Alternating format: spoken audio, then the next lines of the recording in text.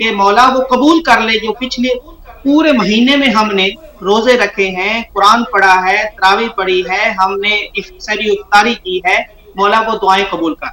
تو اس رات کو ہم نے ضائع نہیں کرنا. ٹھیک ہے. یہ میں نہیں کہتا کہ ساری رات قیام کریں، ایسی بات نہیں ہے، باقی معاملات کریں، لیکن فرائض ضرور پورے کریں اور دعا اللہ رب العزت کی بارگاہ میں ضرور مانگے کہ مولا وہ جو پچھلے سارا ہے وہ ہماری قبولیت فرما. صحیح ہے. اس رات کی علامہ صاحب کوئی خاص دعا ہے؟ جی اس میں ایک بڑی خاص بات آپ نے کی کہ کسی نے پوچھا کہ جب ہم عمرہ یا حج کرنے جائیں تو سنا یہ ہے کہ پہلی نظر جب ہماری بیت اللہ شریف پہ پڑتی ہے تو وہ دعا قبول ہوتی ہے. تو ہمیں کیا دعا کرنی چاہیے؟ تو بڑا خوبصورت علماء نے جواب دیا ہے، اللہ کے ولیوں نے خوبصورت دعا جواب دیا ہے. وہ جواب یہ دیا ہے کہ آپ پہلی نظر کو جب اس کو لمبا کر لیں، جب آپ دیکھیں اور دعا یہ کر لیں کہ مولا میری ساری دعائیں قبول فرما. کیا تو بات. اب یہ دیکھیں، یہ جو لائلۃ الجائزہ والی رات ہے جو اللہ جی رب العزت نے ہمیں ویجز دینے ہیں، ہمیں ریوارڈ دینا ہے، اجر و ثواب دینا ہے، اگر ہم اس میں یہ دعا کر لیں مولا میری ساری دعائیں قبول کر لیں، یعنی ہم ایک پہ اکتفا نہ کریں، ایسا نہ کہیں کہ یہ میری دعا یعنی کہ یہ مانگ لیں وہ مانگ لیں، نہیں، یہ اگر ہم دعا کر لیں مولا جو پچھلی ساری دعائیں تھی وہ ساری میری قبول کر لیں، تو یہ سب سے میرے خیال بہتر دعا ہوگی کہ جو میری پچھلی دعائیں ہیں جو میں دعا کرتا رہا ہوں وہ ساری کی ساری دعائیں قبول فرما لے. اور اس کے علاوہ حدیث پاک میں بہت ساری دعا آتی ہیں، اللہم انک عفو تحب العفو فاعف عنا یا غفور، یہ دعا کر سکتے ہیں. رب اغفر وارحم وانت خیر الراحمین، قرآن مجید میں ہے، سورۃ المومنون کی لاسٹ آیت ہے، 18ویں پارے میں سورۃ یہ المومنون کی پہلے آخری عشرے کے آیت ہے. وقت بھی ہم پڑھتے ہیں. جی وہ رحمت کی جی ہے. تو ٹھیک ہے. مغفرت رب اغفر وارحم وانت خیر الراحمین.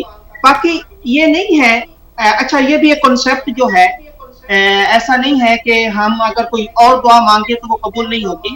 اللہ تعالیٰ نے ہمیں کھلی اجازت دی ہے، جو بھی مانگیں گے میں عطا کروں. تو ہمیں جتنی بھی زیادہ دعائیں، اور پھر یہ بھی ضروری نہیں کہ ہم صرف عربی میں دعا مانگیں، یہ ضروری نہیں جی ہے کہ ہم صرف اور صرف یعنی ایک اسپیسیفک دعا وہی مانگیں. آپ جس زبان میں مانگیں، آپ اپنی زبان اردو میں، انگلش میں، پنجابی میں، عربی میں، جس زبان میں مانگے وہ عطا کریں. جی اچھی بات ہے، اچھی بات. اور خاص طور پہ آپ کے دل میں کیا ہے اللہ تعالیٰ سے کھل جی کے کوئی پردہ نہ رکھیں، اور جی اللہ جی تعالیٰ سے کھل کے کہیں کہ یہ جو چاند رات ہوتی ہے جی اس رات کو بھی ہاتھ سے جانے نہ دیں، اللہ تعالیٰ سے جی ضائع نہیں. گڑ گڑا کے مانگیں. اور جی کیا پتہ کہ اللہ تعالیٰ کس وقت ہم غریبوں کی، ہم عاجز لوگوں کی، جی بے شک، گناہ گاروں کی جی بے شک، سن لے. جی بے شک، بے شک. بے شک. تو علامہ صاحب اس موقع پہ کوئی خاص تلقین اور کرنا چاہیں گے اپنے ہم زبان لوگوں سے؟ جی میں یہ بات کرنا چاہوں گا، آقا علیہ الصلوۃ والسلام کا فرمان ہے کہ جو بندہ دوسروں کے لیے دعا مانگتا ہے، یعنی میں نے دعا مانگی اپنے لیے نہیں، کسی اور بھائی کے لیے، کسی اور دوست کے لیے، ٹھیک ہے. دوسرے لوگوں کے لیے دعا مانگی، اللہ تعالیٰ خاص فرشتے بھیج دیتا ہے، اور وہ فرشتے آ کر آمین کہتے ہیں، اور وہ فرشتے ساتھ دعا کرتے ہیں کہ مولا فلاں تیرا بندہ اپنے لیے دعا نہیں مانگ رہا، وہ دوسروں کے لیے دعا مانگ رہا ہے. تو فرشتے وہ کہتے ہیں کہ مولا ہم دعا کرتے ہیں کہ جو کچھ یہ بندہ دوسروں کے لیے مانگ رہا ہے تو سب کچھ اس کو بھی عطا کر. تو سبحان یہ اللہ، خاص بات ہے، سبحان اللہ. دوسروں کے لیے دل کھولیں، دل کھول کر بات کریں، اور اللہ تعالیٰ سے ٹھیک. سب کے لیے دعا مانگیں. اور جب ہم دوسروں کے لیے مانگیں گے اللہ وہ سب کچھ ہمیں بھی عطا کرے گا. یہ بے دعا کا شک بے شک. یہ دعا کا فیض ہے. ہم دوسروں کے لیے مانگیں اللہ ہمیں عطا کرتا ہے. تو یہ خاص بالکل. بات اس میں یہ ہے کہ ہم بالکل دل کو تنگ نہ کریں، صرف اپنے لیے دعا جی نہ کریں، صرف مسلمانوں کے لیے دعا نہ کریں، سب کے لیے دعا کریں، پورے عالم انسانیت کے لیے دعا کریں، اللہ تعالیٰ اس وبا سے سب کو محفوظ کرے، سب کی حفاظت کرے، اور جتنی بھی انسانیت، اللہ کی جتنی بھی مخلوق ہے، اللہ سب پر رحمت فرمائے۔ تمام کے لیے دعا مانگنی چاہیے۔ نام بھی لے سکتے ہیں کہ ہم فلاں کے لیے دعا کر رہے ہیں، فلاں کے لیے دعا کر رہے ہیں، اور نام کے بغیر بھی دعا کر سکتے ہیں۔ اللہ انہ علیم بذات الصدور، وہ سب کچھ جانتا ہے، وہ دلوں کے بھید جانتا ہے، وہ ہماری نیات کو جانتا ہے۔ تو اس میں خاص بات یہ ہے کہ ہم دوسروں کے لیے دعا کریں، تو اللہ وہ ساری ہمارے حق میں بھی قبول فرمائے۔ بے شک، بے شک۔ کچھ لوگ کمالوی صاحب اس خیال سے ہوتے ہیں کہ جب اللہ تعالیٰ جانتا ہے کہ ہمارے دلوں میں کیا جی ہے تو ضروری ہے کہ ہاتھ جی اٹھائے جائیں۔ جی، ہاتھ اٹھانا یہ سنت ہے، فرض یا واجب نہیں ہے۔ ٹھیک ہے، یہ کہیں ایسا نہیں آیا کہ آپ ہاتھ نہیں اٹھائیں گے تو دعا قبول نہیں ہوگی، ایسی بات نہیں ہے۔ اگر ہم ہاتھ اٹھا لیں تو یہ سنت مصطفیٰ، سنت صحابہ ہے۔ اگر ہم ٹھیک ہے، ہاتھ اٹھائے بغیر بھی دعا مانگیں وہ پھر بھی قبول کرتا ہے۔ تو لیکن یہ سبحان ایک اللہ۔ سائن ہے، ایک اشارہ ہے جی، کہ یہ ایک، یعنی کہ دوسروں کو پتہ چل جاتا ہے کہ بھئی دعا یہ ہے، اور کوئی دعا اکٹھی کرنی ہو تو اشارہ ہو جاتا ہے، سائن مل جاتا ہے کہ ہاں ہم سب دعا کر رہے ہیں۔ تو ہاتھ اٹھائے بغیر بھی اللہ قبول فرماتا ہے، ہاتھ اٹھانے پر سنت مصطفیٰ صلی اللہ علیہ وسلم وہ بھی سب پوری ہو جاتی ہے، اللہ زیادہ قبول فرماتا ہے۔ ٹھیک ہے، بہت تو خوب، ایک اور بہت خوب۔ بات اس میں ایڈ کرتا جاؤں ارشد بھائی، جیسے آپ نے کہا جی کہ اللہ رب العالمین ہے، وہ رب المسلمین جی نہیں ہے، وہ جی، بے شک سب اس کی مخلوق ہے، اس لیے دعا کرنی چاہیے۔ اور نبی پاک صلی اللہ علیہ وسلم بھی رحمت للعالمین ہے، رحمت للمسلمین بے نہیں ہے، شک، ٹھیک۔ سب کے لیے وہ رحمت ہے، اللہ کی ساری مخلوق کے لیے وہ رحمت ہے، اس لیے سب کے لیے دعا کرنی چاہیے۔